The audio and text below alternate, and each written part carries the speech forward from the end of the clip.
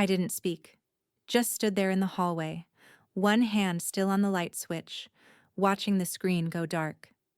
My son's voice echoed in the silence. I had no help, no support. The words crawled under my skin like frostbite. I'd signed the loan that started his empire. I'd worked double shifts so he could dream freely. But now, in front of millions, he'd scrubbed me clean from his story. Not forgotten, erased. By the boy I once carried through storms just to keep him dry. All right, before we dive into this crazy story, do me a favor. Subscribe and tell us where you're watching from. The TV's glow washed across Diane's living room, tinting the walls in pale blue like the sky before a storm.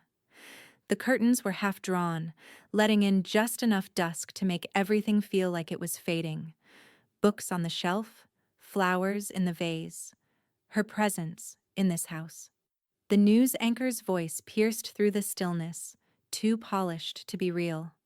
Our spotlight tonight shines on Westline Tech's founder and CEO, Ryan Caldwell, a hometown success story.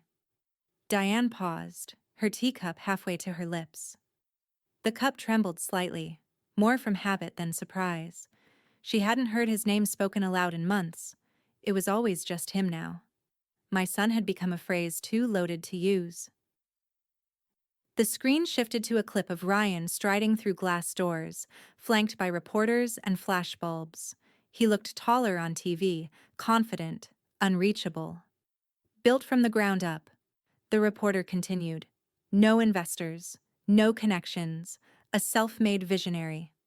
A knot pulled tight in her stomach. Her thumb pressed against the rim of the cup hard enough to leave a mark. The camera cut to the interview chair. Ryan sat poised, back straight, navy suit impeccable.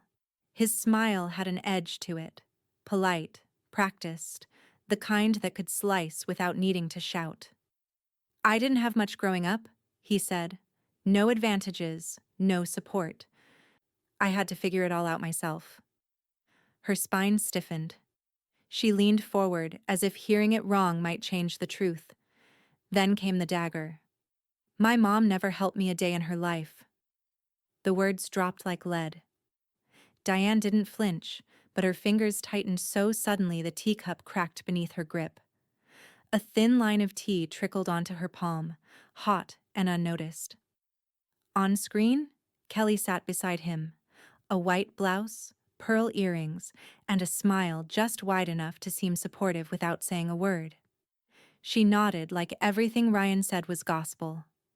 Her hand rested on his knee, polished nails glinting under the lights.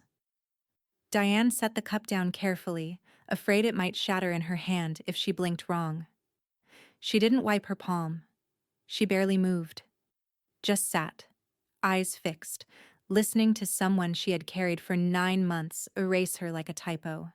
She thought of the nights she patched up his fevered body with grocery store medicine because insurance wouldn't cover the name brand, of working doubles at the diner so he could buy the overpriced calculator for AP Physics, of pretending her shoes still fit so he wouldn't feel guilty about his cleats.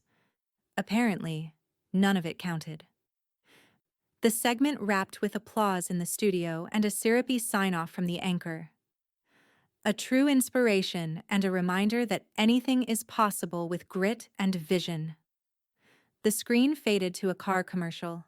Diane turned the TV off mid-jingle. Silence roared.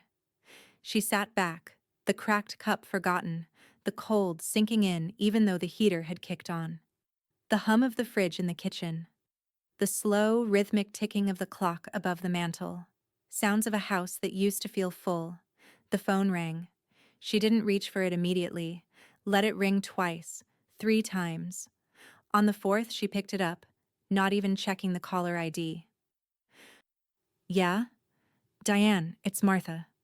Her voice was already tight. You saw it. It wasn't a question. I did, Diane said quietly. Her voice had a rawness that hadn't been there 10 minutes ago. He meant every word. There was a pause. Diane imagined her friend standing in her kitchen, cordless phone in one hand, dish towel in the other. She always dried dishes when she was angry. You gave him your whole damn life, Martha said, and he stood there like you were nothing. Diane's gaze drifted to the hallway, past the shadowed photo frames, the ones she hadn't taken down but no longer dusted. A younger Ryan in a graduation cap. Middle school spelling bee trophy. First place, age 11. I don't think I exist in his story anymore, she said. Martha's breath caught. Then she said something Diane hadn't even allowed herself to think. Maybe it's time to remind him who raised him. Diane didn't respond. Her eyes landed on a closed box in the corner of the room, the one she hadn't opened in years. Old bills, letters, a journal with pages torn out. Things better left alone. Until now. Thunder cracked in the distance, low and far off, the kind that signaled something was moving in. And this time, Diane didn't look away. The box had weight, but not from what was inside. It was the weight of memory, of things left untouched because they hurt too much to hold. Diane slid it onto the dining room table, its cardboard edges fraying like the pages of a life half-lived. A second passed, then another. Her hands hovered above the lid, reluctant but ready. She peeled it open. Folders, letters, receipts yellowed at the corners. A check stub for $72.14 from the diner. A school field trip form with a jagged signature at the bottom. Hers. It was all there, packed away like she'd always known she'd need to prove she existed in his history one day. She flipped through the stack quickly, eyes scanning until they landed on the manila folder tucked in the back. No label.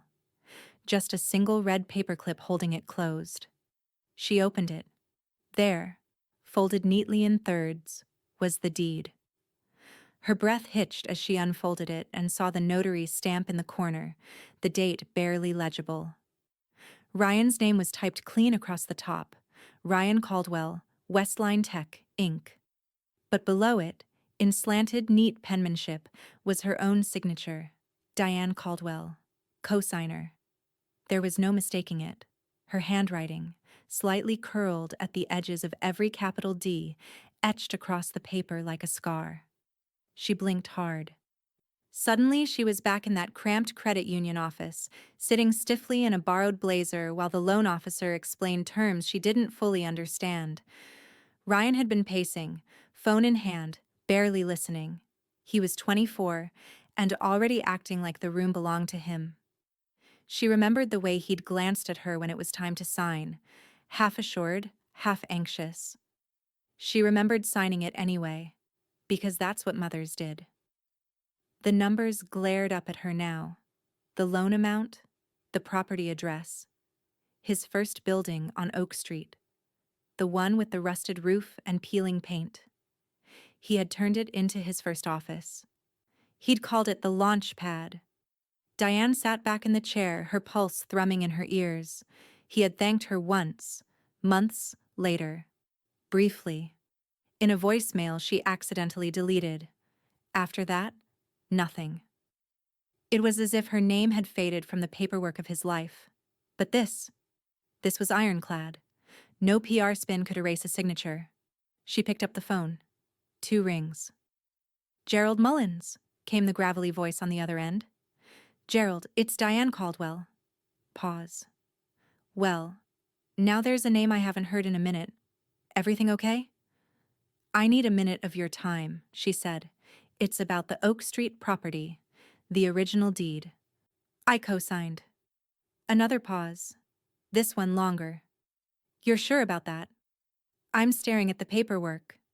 A rustling sound. Probably him swiveling in that creaky leather chair he never replaced. "I didn't know you were listed on that." Ryan's team filed everything under his LLC these last few years.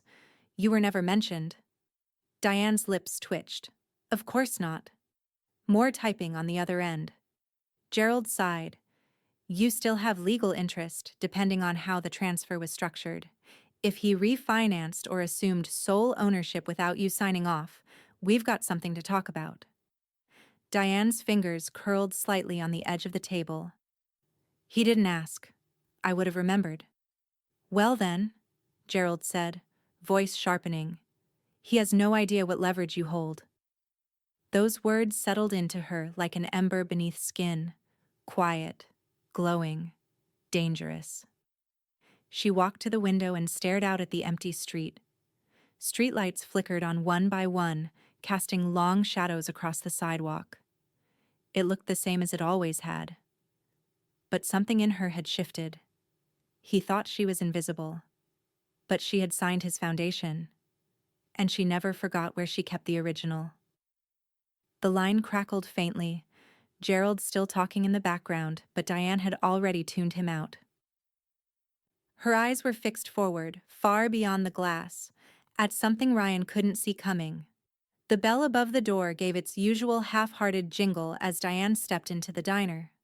The same booth near the window sat open, its vinyl seats cracked. Sugar packets in the dispenser clumped from too much humidity. A place that hadn't changed in 20 years, even as the world around it blurred and rewrote itself.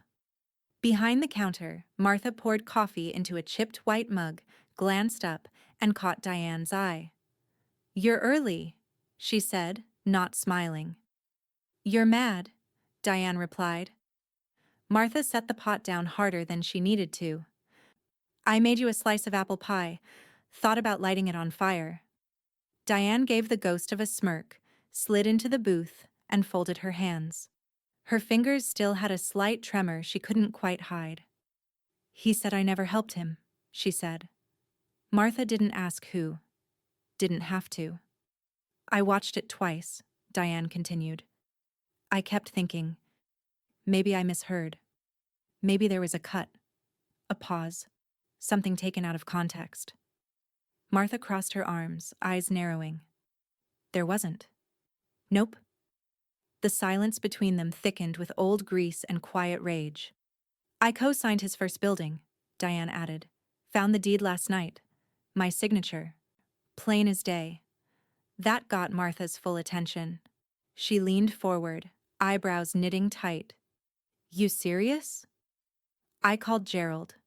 Legally, I still have claim." Martha let out a low whistle. Then she looked over her shoulder, grabbed the coffee pot, and refilled Diane's cup with a steady hand. Her mouth moved before her eyes returned to Diane.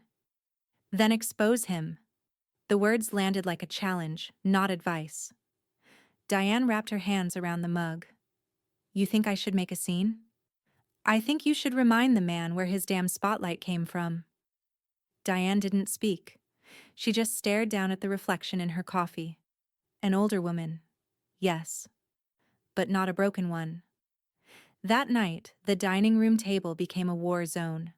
Filing boxes were yanked from closets, drawers emptied, folders stacked into towers that leaned like they might topple under the weight of old truths.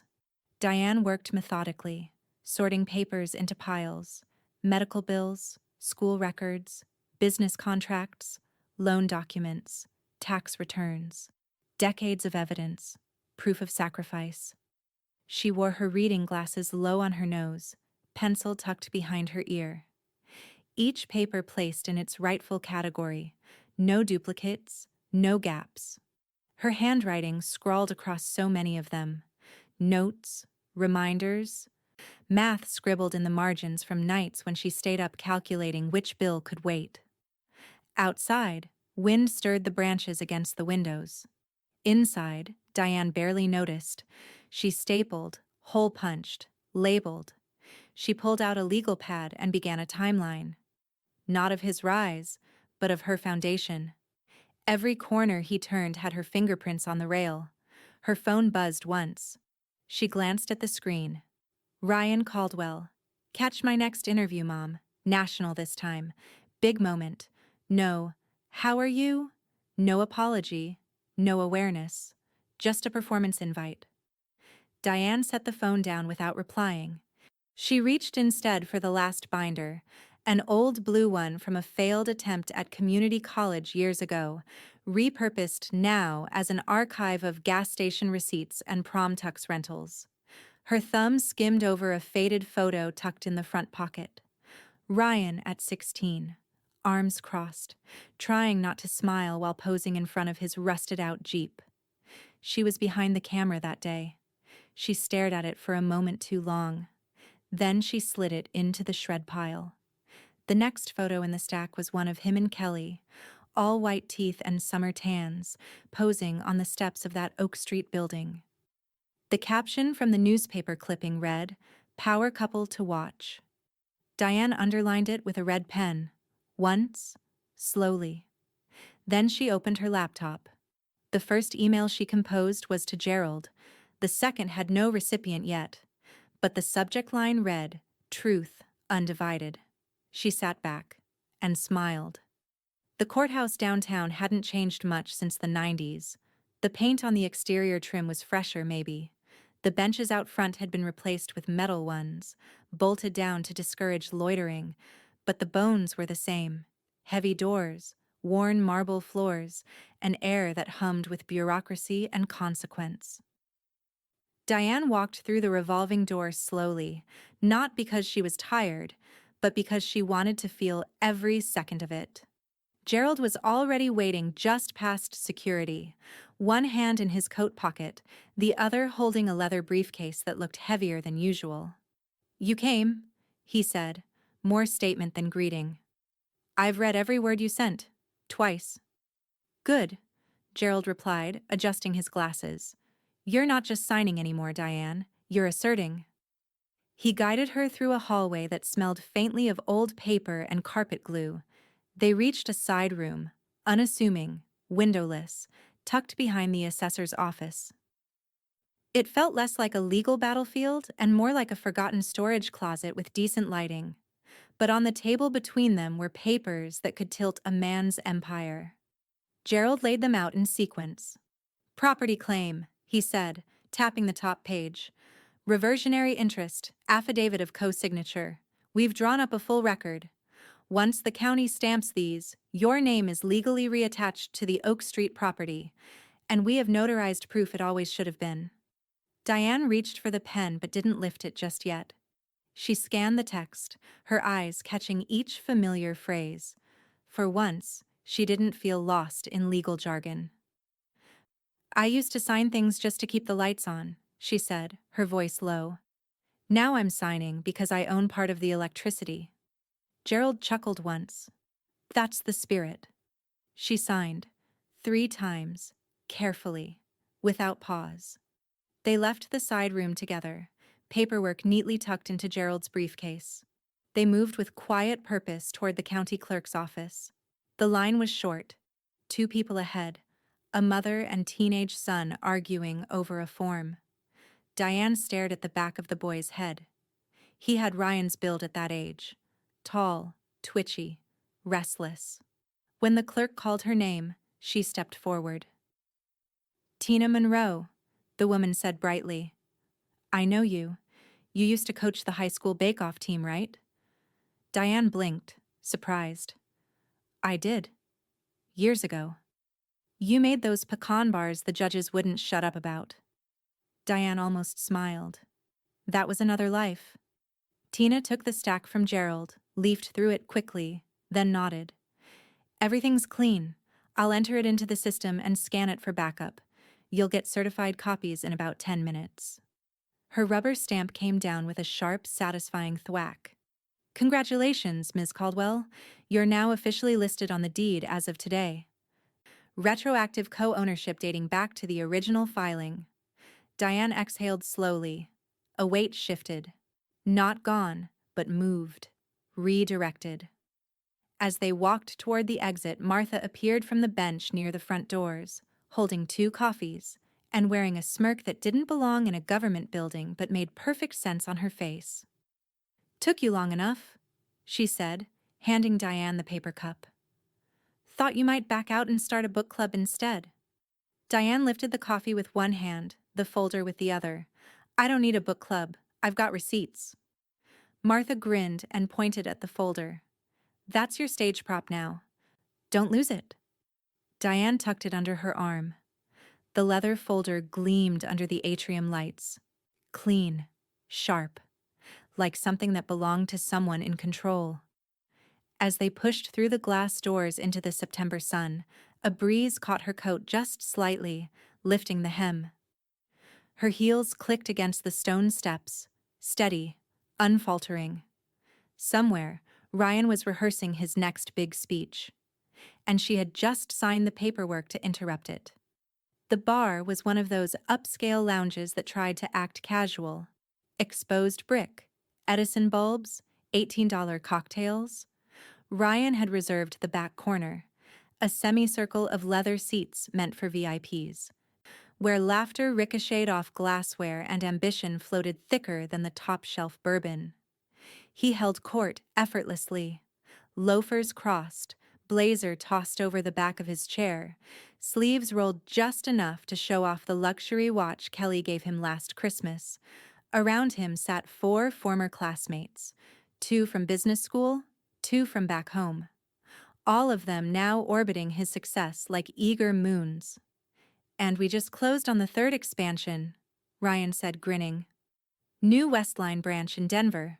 Corner lot, floor-to-ceiling glass." The table erupted in impressed noises. Kelly leaned in, sipping her pomegranate spritzer. "It's all him," she said, with the polish of someone who'd rehearsed this line before. "From the ground up. No investors, no handouts. Every inch of this, his." "Bootstraps," Ryan added, lifting his glass. "And blood, sweat, etc." He laughed. They laughed with him. Across the bar, in a booth near the window, Diane stirred honey into her tea. She hadn't needed a disguise. None of them had looked her way. Not even once.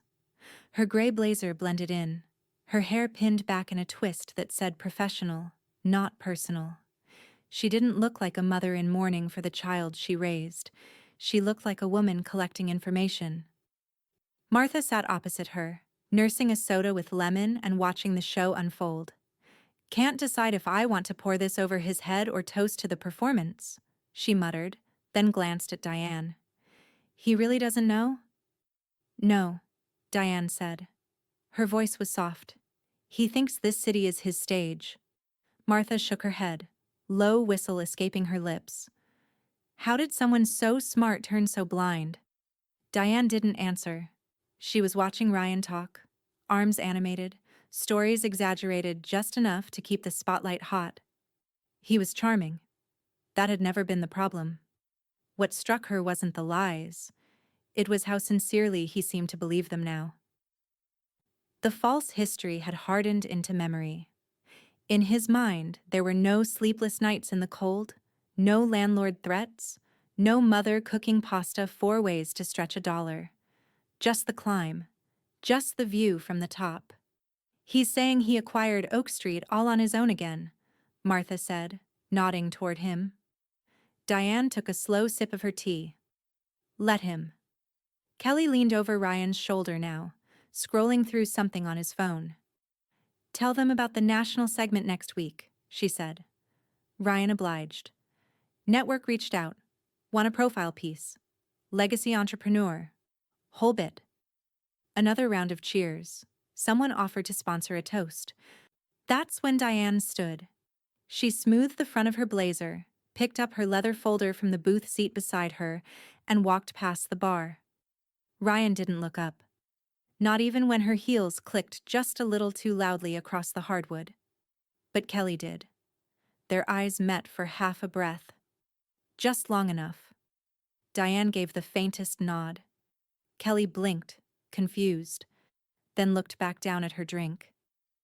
By the time Diane reached the exit, Martha was right behind her. They stepped into the crisp evening air, the street humming with nightlife, traffic, and the buzz of people unaware a quiet war had just begun. "He didn't even see you," Martha said, glancing back through the bar window. "I didn't need him to," Diane replied, tucking the folder under her arm. "He'll hear me soon enough." She paused on the sidewalk. "Let him enjoy the lie a little longer. That's what makes the truth hit harder."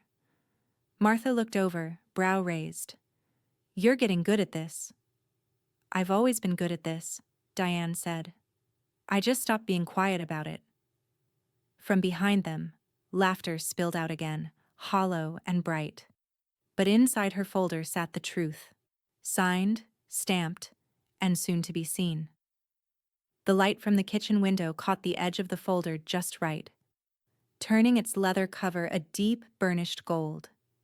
Diane sat at the dining room table, elbows planted, eyes on the document she had carried through silence, signatures, and stares. Her name sat side by side with Ryan's now, not penciled in, not metaphorically, not quietly, stamped, sealed, recorded in black ink on official paper. She traced the first line of the deed with her index finger, then let out a long, measured breath. She didn't realize she'd been holding for over a decade. It didn't fix everything, but it named her. And for now, that was enough. A sudden knock on the screen door made her glance up. The porch light glowed, casting soft yellow around Martha's silhouette. She didn't wait for an invitation, just nudged the door open with her hip, holding 2 diner-to-go cups in her hands. I brought the kind of coffee they say'll kill us, she said, stepping in. It felt right. Diane gave a small laugh, the kind that escaped before she could decide whether to suppress it. Caffeinated guilt, she replied, taking one of the cups. Thank you. Martha caught sight of the folder on the table and immediately set her cup down, arms reaching forward like a linebacker. She pulled Diane into a hug that was more tackle than embrace. You did it, she said, voice muffled against Diane's shoulder. You damn well did it. Diane hugged her back, her chin resting briefly on Martha's coarse flannel. The kind of contact she hadn't allowed herself in a long time. Not since everything with Ryan became a private bruise no one was allowed to see. Martha finally pulled back, her eyes glassy but defiant. He doesn't own the past anymore, she said. And he damn sure doesn't own your silence. Diane nodded, then looked down at her cup. You didn't put cream in this, did you? Of course I did, Martha said. You're brave, not suicidal. The 2 women laughed, soft, like they were still warming up to the sound. Later that night, the house was quiet in a way that didn't feel lonely, just still, peaceful. Diane moved through the kitchen in slippers, the folder now shelved behind a cookbook she hadn't used in years. The oven ticked warm behind her, filling the room with the scent of cinnamon and something comforting. She was humming. Not a full song, just a waltz of notes that came without trying, the melody drifting from the corners of her memory into her throat, like it used to when Ryan was little and she'd sing while baking, thinking he didn't hear. The voicemail came in as the timer dinged. She didn't check the number. She didn't have to. Ryan's voice filled the kitchen, bright and hollow through the speaker. Hey, Mom. Hope you're doing okay. Just wanted to let you know the big interview airs tomorrow night. Prime slot. They're calling it the American Dream segment or something. You should tune in. Might even give you a shout-out. Kidding, kind of. A pause. Anyway, figured I'd give you a heads up. Hope you're proud. There was no apology, no acknowledgement, just a casual reminder of the brand he'd built on the bones of her labor. Diane deleted the voicemail before it finished playing. She turned back to the oven, pulled the pie out carefully, and set it on the stovetop. The crust was golden, the edges just beginning to caramelize. She touched the edge of the pan with a folded towel, then slid it onto the counter. She stood there for a moment, breathing in the warm scent. Her phone buzzed again. This time, she didn't look. Instead, she reached for the carving knife in the drawer. Not sharp enough to threaten. Just sharp enough to make clean cuts through something delicate. With steady hands, she sliced the pie into 8 perfect wedges. The crust crackled beneath the blade. The pie was cooling on the kitchen counter, untouched but fragrant, its scent curling through the house like a lullaby. Outside, the sky hung low, gray and indecisive, the kind of weather that hinted at rain but never quite committed. Diane sat at the table, her phone resting in one hand, thumb gliding slowly upward. Kelly's social feed was a curated shrine, photo after photo of Ryan in suits, on stages, in conference rooms with sleek chairs and thicker egos. One shot showed him mid-speech, gesturing with a self-assured smile. The caption read, "From garage to global, no handouts, no excuses, just hustle." Diane blinked. Once. The next photo showed Kelly in a pencil skirt and pumps, perched on the edge of Ryan's desk like an accessory. Her caption read, "Proud to stand by this man. All of it. Built by him. For us." A notification banner rolled in from a cousin Diane hadn't heard from in 3 years. Janine. Messages. "OMG Diane. Just saw the promos. Ryan's story is everywhere. You must be over the moon. So proud of him." Another pinged in right behind it. "Aunt Margaret. Messages. Your boy made it to network TV. Raising a glass tonight. You always said he'd do big things." Diane stared at the messages for a beat longer than necessary, then typed, "We'll see." No emoji, no follow-up, no explanation. She set the phone down gently, as if anything more would give it power it didn't deserve. From the living room, Martha called out, "If I don't get a slice of that pie soon, I'm calling the authorities." Diane smirked and rose from her chair. "You wouldn't last a day in jail." "Oh, I'd run the place within a week," Martha said, padding into the kitchen in her socks. "What's got you scowling at that phone like it owes you rent?" Diane handed her a plate. "Relatives. Congratulating me." "On what? Getting publicly erased again?" "Apparently, yes." Martha took a bite of pie and closed her eyes. "If this is the food of revenge, may it never end." Diane chuckled, then reached across the table for the leather folder. She didn't open it, just polished the surface with her sleeve, smoothing out invisible smudges until the material gleamed again. "You're not even flinching," Martha said between bites. "There's nothing left to flinch at," Diane replied. "Every time he posts a lie, he tightens the noose." Her laptop pinged. She tapped it open. One new email. Subject, "Your filings are bulletproof." From Gerald Mullins. She clicked and read silently. "Everything's finalized and archived. Retroactive interest holds. If his team contests, we have timestamps, state filings, and federal backups. His legal counsel will fold within a week. Let me know if you want to proceed with media support or direct contact." Diane leaned back in her chair. "You know what this is?" she asked. Martha looked up from her fork. "Tell me." "This," she tapped the folder, "is not a weapon." Martha raised a brow. "No?" "It's a spotlight," Diane said quietly. "I'm just deciding when to flip the switch." The timer on the oven beeped again, though nothing was inside. She had forgotten to turn it off. Diane rose and silenced it, then stood with her back to the stove, arms crossed, eyes distant. "You think he's nervous yet?" Martha asked. "No," Diane said, a slight smile tugging at the corner of her mouth. "But he will be." The lights above the studio audience were warm, soft, and carefully engineered to flatter. Every corner of the set glowed in a gradient of amber and gold, camera-friendly, ego-approved. Ryan sat confidently on the edge of a minimalist white chair, legs crossed, cufflink glinting every time he adjusted his sleeves. The applause had just finished swelling.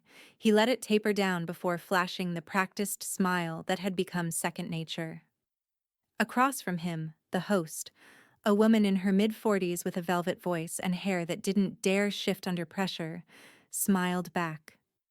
She held a crisp note card in her hands but didn't need to look at it. "Ryan Caldwell," she said, with a tone equal parts admiration and anticipation. "Thank you for joining us. Your story, your brand really, is inspiring millions across the country." Ryan gave a polite nod. "Happy to be here." Let's start at the beginning, she continued. From what I understand, you came from nothing. No financial safety net, no connections, no legacy to lean on. He didn't hesitate. That's right. I built everything from the ground up, Ryan said, voice smooth. Every opportunity I had, I created. I didn't come from a family that could invest or co-sign or push me forward. I had to be the engine and the fuel. From the side of the set, Kelly watched him with the glossy affection of someone who knew exactly when to smile.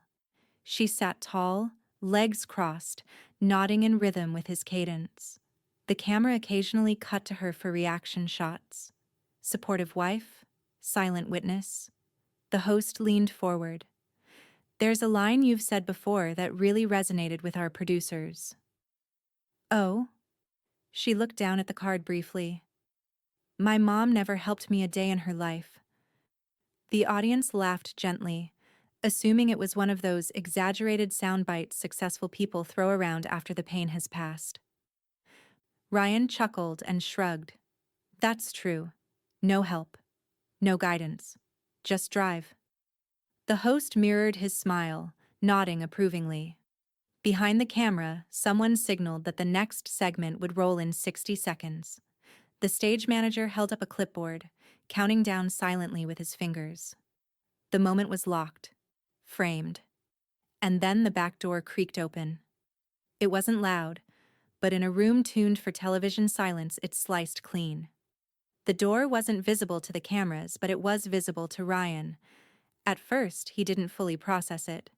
A figure stepped through, woman, mid-60s, dark blazer, folder under her arm.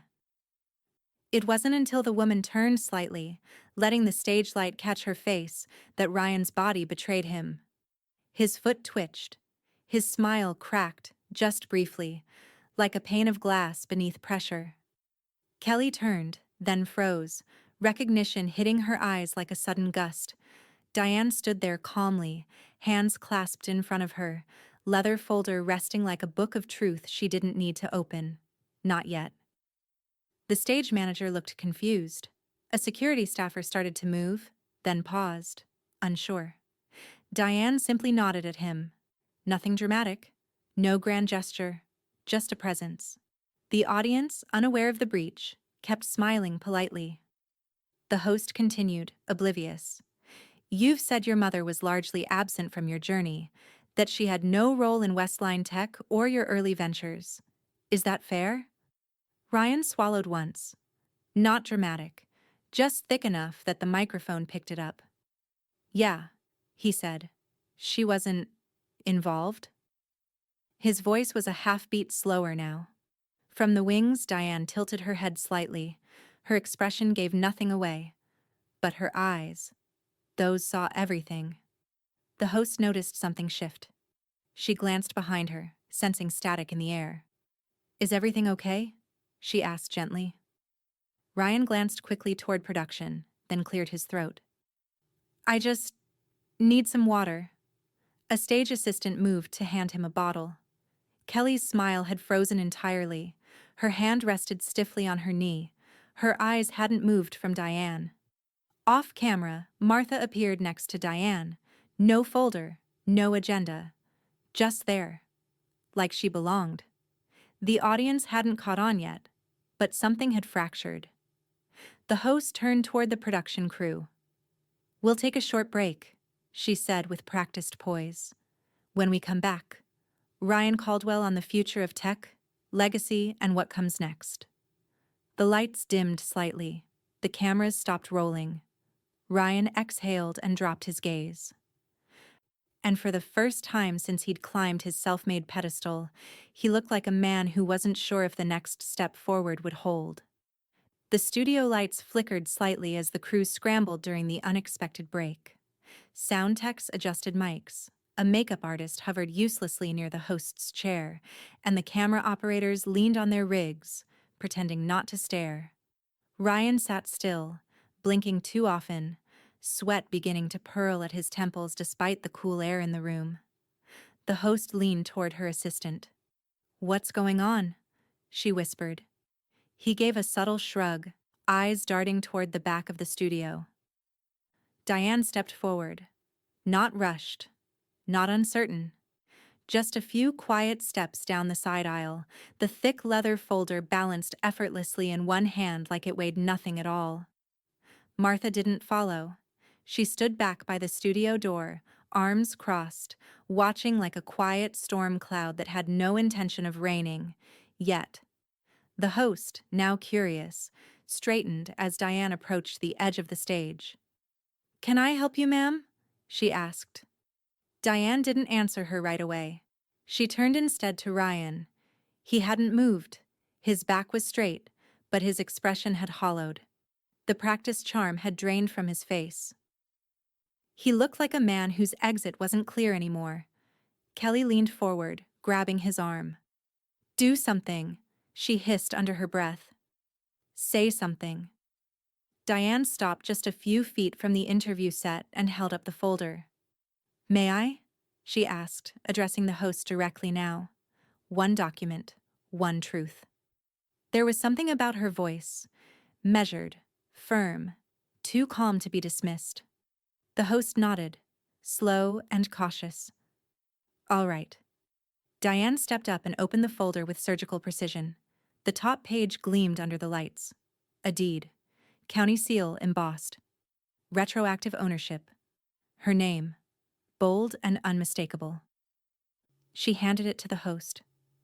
The host scanned the first few lines and froze, then looked up at Ryan, then back down. Her eyes widened. "This is a legal filing," she said slowly, as if translating in real time. "It says you—" She glanced at Diane. "Co-signed for the Oak Street property? That you've retained partial ownership?" "I did," Diane replied. "Since the beginning." Ryan's jaw twitched. Kelly's eyes darted across the set like she was scanning for a fire exit. "This isn't real," Kelly snapped. "This is fake. You can't just walk in here." "It's been filed with the county clerk," Diane interrupted, not unkindly. "My attorney sent copies to Westline Tech's legal department. You should expect a call soon." The host held up the document again, blinking in disbelief. "But this directly contradicts your entire backstory," she said, turning to Ryan now. "You said you had no help. You said you had no family support at all." From the shadows, someone in the crew whispered, "Are we still recording?" "Yes," someone else said. "Keep rolling, get all of this." In the audience, murmurs began to ripple. Phones were already out, screens lit. The live stream delay was only 10 seconds. This was already escaping containment. Ryan stood abruptly. "We're not doing this." The host stayed seated. "I think we are." Diane didn't move. She didn't raise her voice. She simply looked at the camera now, just briefly. "He didn't start alone," she said. "He started on my name, on my risk, on my labor. I worked 2 jobs to keep the lights on while he taught himself to code. I paid for that office's first month of rent. I took the hit when he defaulted on the first lease. I kept him afloat." A beat of stunned silence. And then the audience, still processing, reacted. A gasp. A few low murmurs. A man near the back whispered, "Holy hell." The host's mouth parted slightly, as if waiting for someone else to speak. Kelly stood now, her face flushed. "You've made your point, okay? You want attention. You've got it." "No," Diane said softly. "I want the record corrected." Ryan's hands were clenched at his sides. His voice, when it came, cracked with restraint. "Why now?" Diane turned to him.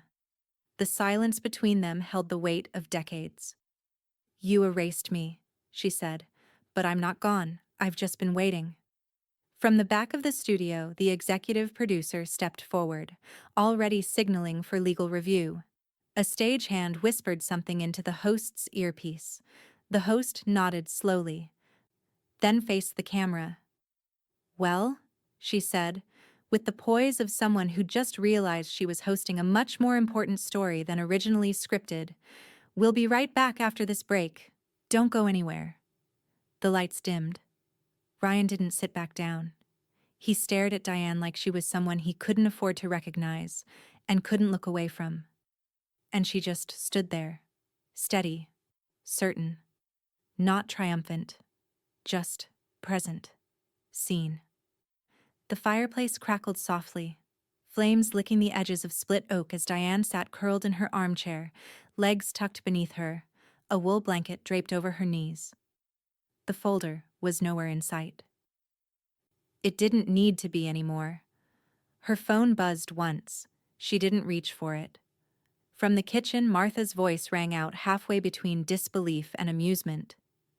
"You need to hear this one. Kelly just posted another meltdown, this time in all caps." Diane raised an eyebrow without turning her head. "Let me guess. Betrayal from within?" "Nope." Martha padded into the room, holding her phone aloft like a trophy. "She called you a media leech with dusty paperwork and a grudge from the grave." Diane blinked. "Dusty paperwork?" Martha nodded, grinning. "I think she meant emotional baggage.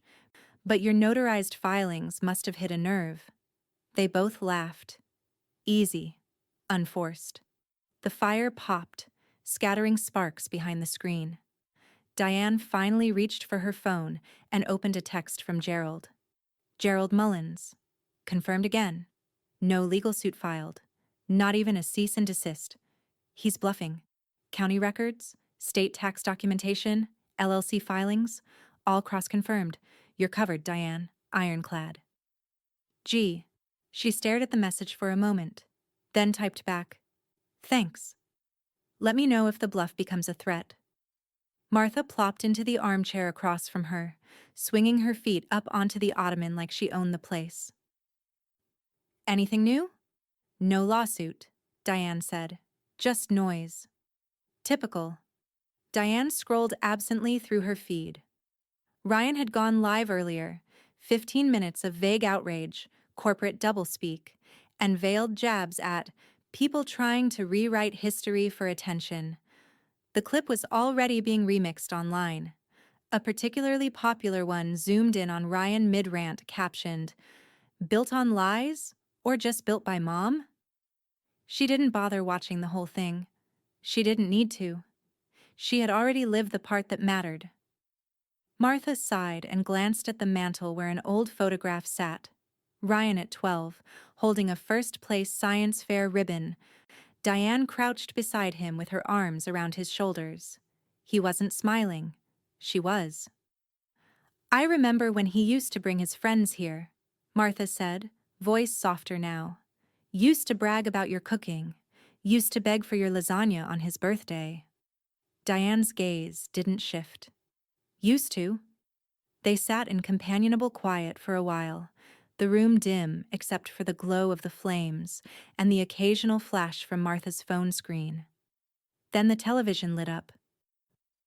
And in tonight's follow-up, the anchor's voice announced, "New documents obtained by our investigative team confirm that Diane Caldwell, mother of tech mogul Ryan Caldwell, was in fact a co-signer and partial owner of his first commercial property." Diane didn't move, but the corners of her mouth lifted. Just slightly. The segment rolled on. "These filings, recently resurfaced from county archives and verified by third-party attorneys, include notarized deeds, promissory notes, and documentation of personal loans from Ms. Caldwell to her son during the early stages of his now multi-million-dollar company." A still image of the deed appeared on screen, her name circled in red. A copy of her signature blown up beside it. Martha let out a low whistle. "You're not just a footnote anymore. You're the opening paragraph." Diane sipped her tea. "Should I be nervous?" she asked, half joking. "Hell no," Martha said. "You're the quiet before his storm. He's throwing tantrums while you're baking pies. I'd say you're winning." The anchor wrapped up the story. Neither Ryan Caldwell nor Westline Tech returned requests for comment. Another text buzzed in. This one from an unknown number. Nice play, but you're not done. RC Diane stared at it. No punctuation. Just those few words, like he still believed he had the upper hand. She didn't reply. Instead, she locked her phone, slid it face down on the side table, and leaned further into the warmth of the fire. Because he was right about one thing. She wasn't done. Not yet. The pounding started just before dusk. 3 quick, angry thuds against Diane's front door, followed by the unmistakable rhythm of entitled rage. She didn't rise from her chair. She didn't need to. Through the lace curtain, she saw the outline of Ryan pacing her porch, phone in hand, voice sharp and rising. "Open the damn door, Mom!" He shouted the word like it still meant something. Martha stepped in from the hallway holding her phone. "You want me to call Gerald or the cops?" Diane stood slowly, smoothed the front of her cardigan, and walked toward the front window. She peeled back the edge of the curtain just enough to see the scene clearly. Ryan was in a blazer still, but it hung unevenly on his frame. His collar was askew, his cheeks flushed, not with heat, but with panic. "You can't just ambush me on national TV like that," he yelled toward the door. That was defamation. Diane unlocked the door, but didn't open it. Instead, she turned, picked up the cordless phone from its cradle, and calmly dialed. 911. What's your emergency? Yes, I have an adult male on my porch yelling and refusing to leave. He is trespassing. His name is Ryan Caldwell. There was a pause on the other end. The Ryan Caldwell? The dispatcher asked, incredulous. Diane didn't flinch. Yes. Please send someone quickly. She hung up before Ryan could even realize what was happening. Outside, he kept pacing, muttering under his breath, unaware of the growing audience. One by one, the porch lights on her street flicked on, curtains parted. Neighbors leaned against railings. Smartphones appeared. Martha stepped onto the porch behind Diane and hit record. Across the street, Mr. Halverson folded his arms. 2 kids on bikes slowed to a crawl. The air shifted, not hostile, but heavy with attention. Diane opened the door, only slightly. She stepped into the frame, still inside the threshold. "Ryan," she said, "go home." He whirled toward her, eyes wild. "You just lit my life on fire." "No," Diane said, voice level. "You did that. I just brought a match to the truth." He stepped forward, hand raised, not to strike, but to demand. Martha moved closer, holding the phone steady. "You don't know what you've done?" Ryan hissed. "You think people respect you? You think they care about some dusty old deed in your sob story?" Diane didn't blink. "They care about the truth." Sirens approached, low and steady. Ryan heard it too. His shoulders stiffened. Red and blue lights painted the front yard as a cruiser pulled up to the curb. 2 officers stepped out, one older, one younger. Calm but alert.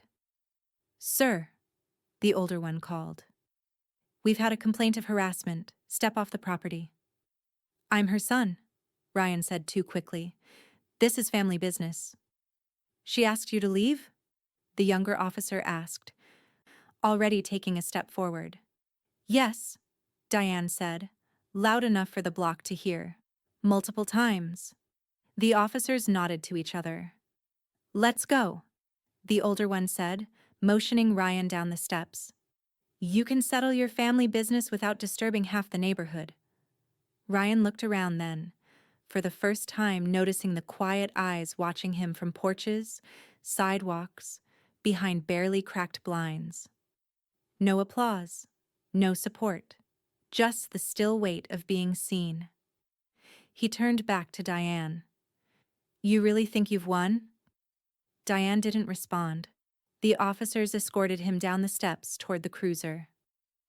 Martha stopped recording and muttered, "Jesus." Diane shut the door. Back inside, the fire was still burning. She walked to the kitchen, refilled her tea, and sat down again, the mug warming her hands. A new email pinged. From Gerald Mullins. Subject: You're in the clear. The press has turned. Public sympathy is with you. He won't sue. He can't. His board's looking at him sideways. He just made the one move he couldn't afford to make. He's unraveling. Diane read the message, then read it again, then closed her laptop and turned back toward the fire. Outside, the cruiser pulled away. But inside, she exhaled and smiled. The conference room in Gerald's office smelled faintly of lemon polish and old law books. It wasn't cold, but Diane kept her coat on. Not out of discomfort, just finality. The kind you carry through, right down to the cuffs. Across the table, Gerald adjusted his reading glasses and slid the paperwork toward her. "No rush," he said, though his tone was already laced with understanding. "You've read every line, but I'll walk you through it again, if you'd like." "I don't need to hear it again," Diane said. Her voice was steady. "I know exactly what I'm doing." The file sat before her. 6 crisp pages. The new will. The revised trust. The break. Gerald nodded once. Respectfully. "When you're ready." Diane picked up the pen and signed the first page. Her signature didn't tremble. Behind her, Martha leaned against the paneled wall in silence, watching everything. She had her flannel jacket on over a skirt, boots scuffed from the walkover. Diane hadn't asked her to come, but she did. Of course she did. Line by line, Diane signed. Not bitter, not vindictive, just certain. When she reached the last page, she paused. Not from hesitation, but from gravity. The page where Ryan's name had once been, now replaced with 5 simple words: Nashville Rising Youth Scholarship Fund. She signed that, too. "Witness?" Gerald said, turning to Martha. She stepped forward quickly, clearing her throat as she pulled a pen from behind her ear. "You sure about this?" she asked Diane, not to challenge, but because tradition required someone to ask. One last time. "I've never been more sure of anything," Diane said, meeting her gaze. Martha nodded, eyes already wet. "Then let's make it permanent." She scrawled her name beside Diane's with a sharp, slanted hand. Dated it. Tapped the pen twice on the table when she finished. Gerald gathered the documents with care, stacking them like glass. "Once this is filed with probate court," he said, "it's untouchable. You're under no obligation to inform Ryan, though he'll find out eventually." "He already knows," Diane said, standing slowly. "He just doesn't understand yet." Gerald gave her a small, solemn nod. "He'll try to frame it as punishment." "It's not," Diane replied, buttoning her coat. "It's release." They said their goodbyes, the kind that carried weight, but not sadness. Gerald promised to call once the documents were officially recorded. Martha held the door. The late afternoon air hit them as they stepped out onto the sidewalk. Autumn had arrived fully now, amber leaves tumbling along the curb, a bite in the wind that turned breaths visible. Downtown Nashville bustled around them, but on this quiet corner, the moment held its own hush. Martha tucked her hands into her pockets, watching Diane as they walked. "You okay?" Diane looked up at the sky, exhaled through her nose, then smiled. Not wide, not theatrical, just real. "For the first time in years," she said. "Yes." They turned the corner toward the parking lot, heels clicking softly against the pavement. "You really left everything to the scholarship?" Martha asked. "Every dollar, every acre, every ounce of what came through my hands. You know he's going to spin this." "Let him," Diane said. "The kids who'll go to college because of that money won't care about his version of the story." Martha shook her head slowly. "You're colder than you look. You know that?" Diane chuckled. "Not cold. Clear." They reached the car. Diane paused before getting in, eyes sweeping the street one last time. Somewhere, Ryan was probably still ranting, still spinning, still calculating which version of the story he could salvage. And Diane? She was done answering to any of it. The messages started the morning after Ryan was escorted from her porch. Not from him, he had gone silent, but from Kelly. The first one was curt. Kelly Caldwell. Let's be civil. This doesn't have to be a media war. Diane didn't respond. The second came 5 hours later. Kelly Caldwell. Think about the optics. For you, what are you even trying to prove? Then, at midnight, a final text. Kelly Caldwell. You made your point. You won. So what now? You ruin his whole legacy? Diane read that one in bed, the screen casting faint light across her blanket. She deleted the thread without replying. Later that week, the diner smelled like cinnamon and lemon cleaner. The air hummed with old songs and fresh coffee. Martha had insisted Diane come in for pie, not to talk, she said, just to eat something warm and real. But when Diane stepped through the door, Martha dropped the pretense and wrapped her in a hug before she could even speak. Not a clap on the back kind of hug, the kind that holds someone still long enough to feel their heart quiet. You did the hard part, Martha whispered. Now you get to do the kind part. Diane pulled back. What if the kind part hurts more?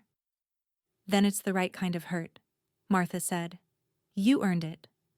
The office for the Nashville Rising Youth Fund was tucked between a bakery and a music repair shop. Inside, there were flyers taped to the walls, a Keurig machine blinking tiredly on a folding table, and a single glass donation jar with a note scrawled on it. This jar built the first scholarship, Delia, class of 2020. Diane met with a young woman named Kelsey, who wore a sharp ponytail and oversized cardigan, and didn't try to hide her surprise when Diane introduced herself.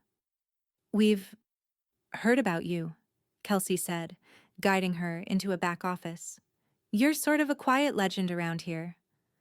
Diane offered a small smile. I don't need to be a legend. I just want to help the next one. She slid the folder across the table. The donation figure printed on the top sheet made Kelsey's hand fly to her mouth. This could fund 5 years' worth of awards. 10, Diane said, if you structure it right. And then she left. No speech, no plaque, no press release, just the way she wanted it. A month later, the auditorium at Jefferson High buzzed with quiet anticipation. It was awards night, the kind of evening where nervous parents clutched purses and fidgeted with suit jackets, where students whispered backstage and stared at cue cards like they were life preservers. Diane sat near the middle row, not in a reserved seat, not on stage, just among the crowd. Martha sat beside her, purse full of tissues she refused to use. At the podium, a tall, earnest senior with a clipboard tapped the mic twice. And now, she said, we're proud to introduce this year's inaugural recipients of the Caldwell Community Scholarship. There was a murmur, then a silence. Then the names were read, one by one. 4 students stood up, 2 girls, 2 boys, all in borrowed suits or slightly wrinkled dresses, trying not to cry. And this award, the speaker continued, is made possible by a woman whose strength, sacrifice, and quiet belief in others laid the very foundation beneath dreams she never got credit for. Until now. There was a pause. Then, Diane Caldwell. The entire auditorium turned to her, and the applause that followed was not explosive, but full. Not the kind of applause saved for celebrities or viral moments, the kind that builds from respect. That carries understanding. Diane stood slowly. She didn't bow, didn't wave, just nodded, once, and sat back down, her eyes shimmering but dry. Martha leaned close, whispering through the noise, "He can keep his name on the buildings." Diane whispered back, "I'd rather put mine in their futures." The applause rolled on. Later, walking out into the crisp night, Diane breathed in deep. Nashville's skyline glittered in the distance. Part progress, part history. She paused outside the auditorium, letting the voices and laughter fade behind her. There were no reporters, no flashes, just the sound of leaves brushing pavement and her own heartbeat, steady as ever. She smiled, not because she won, but because she reclaimed. The first headline came through the local paper's mobile app: Westline Tech, CEO faces bankruptcy filing, and was quickly buried under louder, faster media. But it didn't stay buried for long. Within 24 hours, national outlets caught the scent. Defaulted debt obligations, vanished investors, allegations of financial misrepresentation, whispers about misused grant money, old business partners coming forward like ghosts with receipts. By the end of the week, Ryan Caldwell's empire had collapsed like a wet paper sculpture. Kelly, once ever present in heels and highlights, was nowhere to be found. Her last social post, one of her standing alone in an airport lounge, read simply, "Time for something new." Comments were disabled. In a quiet neighborhood 2 miles from the diner, Diane knelt in her garden, her hands sunk deep into the soil. It was early enough that the light hadn't yet turned harsh. Morning glowed through the leaves in gold and green patches, and the scent of lavender clung to her sleeves. She hummed softly, a half-forgotten lullaby. Something she used to sing when Ryan was small, back when scraped knees and spelling tests were his only threats. She didn't look at her phone. She didn't need to. The news was in the air now, carried in side eyes at the grocery store, in the way Mr. Halverson paused when he walked by with his dog, longer than usual, like he wasn't sure whether to offer sympathy or congratulations. She didn't need either. Just soil, sunlight, the simplicity of something that grows when it's tended. By noon, a familiar knock came at the side door. 3 short raps, then a pause, then one more. Diane rose slowly, wiped her hands on her apron, and opened it. Martha stood there, holding a pie in one hand and the day's mail in the other. "I didn't want to text you," she said, stepping in without waiting. "Too impersonal for this kind of moment." Diane raised an eyebrow. "Pie's usually for celebration, or loss." Martha gave her a wry grin. "It's for balance. The universe tilting back toward justice deserves dessert." She set the pie on the counter, blackberry and something else Diane couldn't yet name. The crust was perfect, as always. "I take it you've heard," Diane said. "Of course I've heard," Martha replied, pulling 2 mugs from the cupboard like she lived there.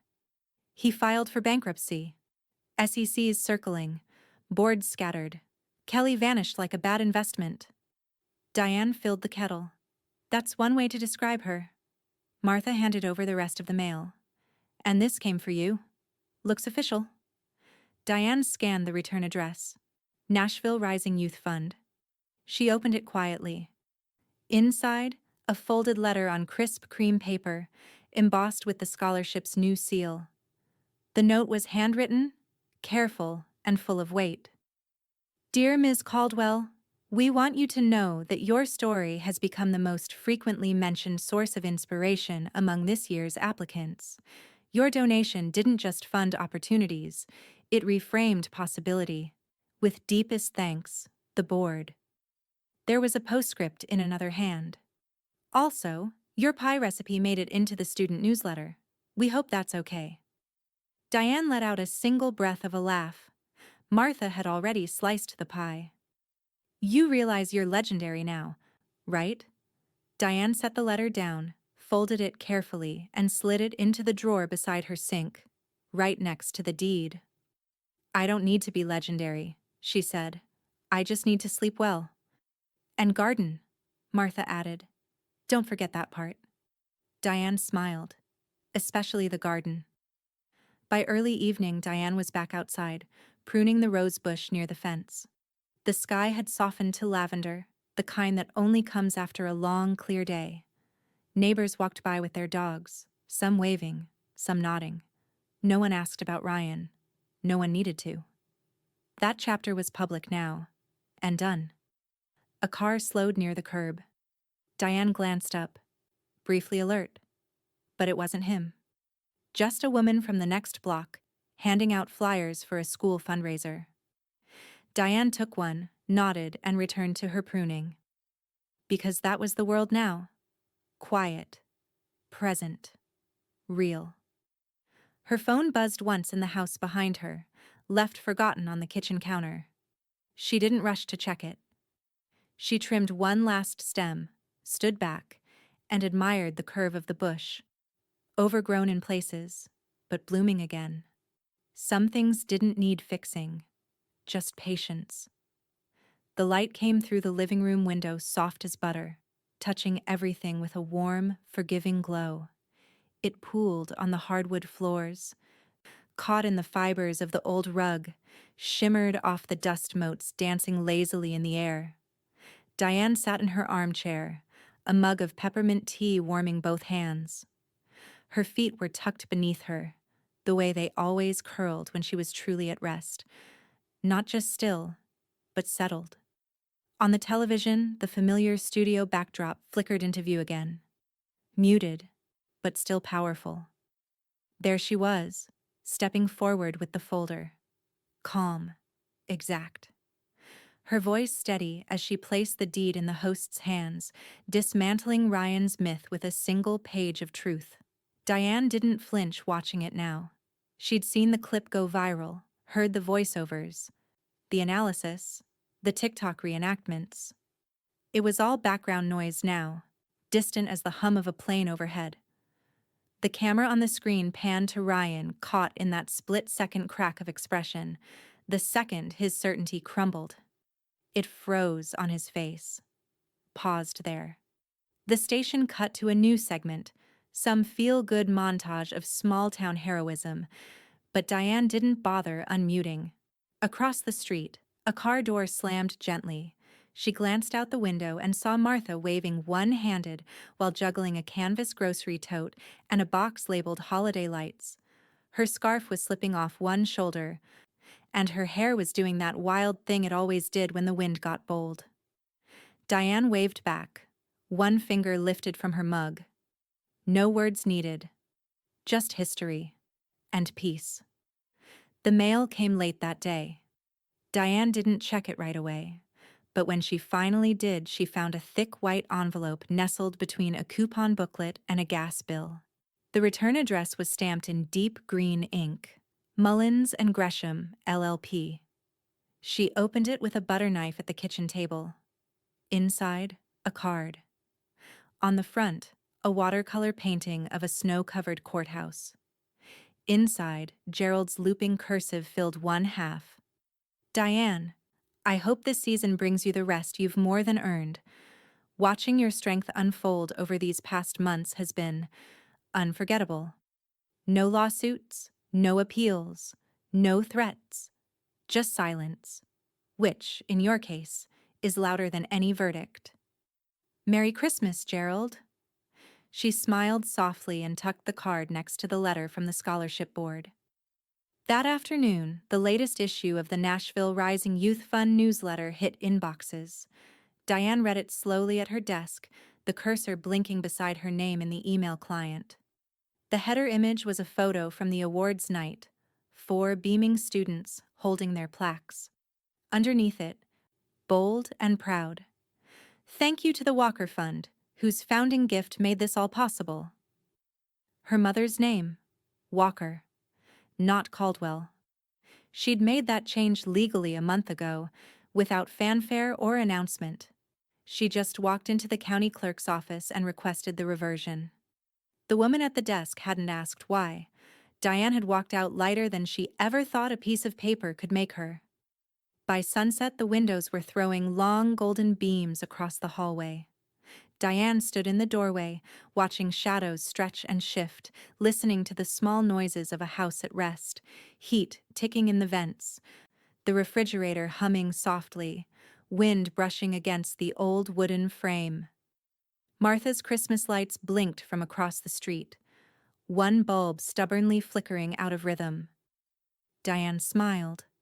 She turned off the television, folded the blanket over the armchair, set her mug in the sink, and paused in the hallway. She looked at the shelf where the folder had once lived, nestled between cookbooks and silence. It was gone now, filed, complete. She didn't need it anymore. Her truth had been signed, sealed, and lived. Diane reached for the light switch. The living room dimmed, the last beam of sunlight catching the edge of a framed photograph on the wall, her at the awards night, standing in the back row, arms folded, smiling quietly. A legacy not inherited. Built. She turned, opened the front door, and stepped onto the porch.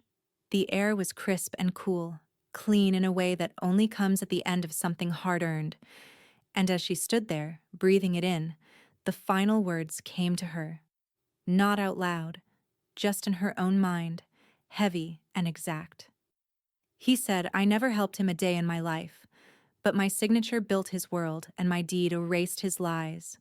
She smiled, then stepped down the stairs and walked, not away, but forward.